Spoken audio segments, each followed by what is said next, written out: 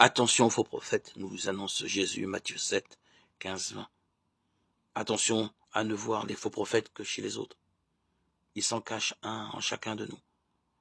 Que font-ils ces faux prophètes? Quelle est leur attitude? Ils prétendent sous des aspects de légalisme. Je vous invite à voir la parabole du pharisien, Luc 18, 9, 14.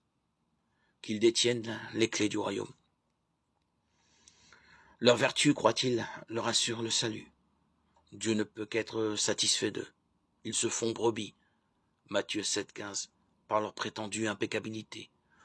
Pour eux, le péché se situe au niveau de la loi et donc de la volonté, non au niveau du cœur. Il en va de même pour la vertu. En fait, ils ne sont que lourds ravisseurs, Matthieu 7, 15, car ils détruisent l'essence même du message divin.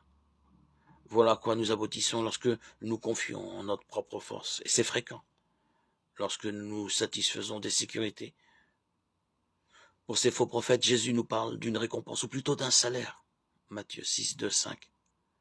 Ils ont déjà leur salaire. Un salaire correspond à un contrat, c'est-à-dire un compromis entre ce qui est demandé et ce qui est accordé. Pour Dieu, le contrat est en quelque sorte unilatéral.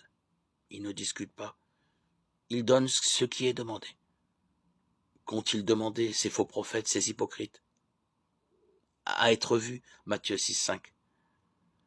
Ce qui leur importe, c'est d'être respectés.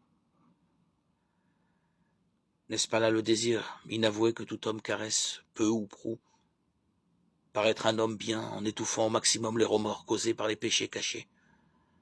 Tout cela ne serait pas très grave si cela ne correspondait le plus souvent inconsciemment à une fausse conception du salut.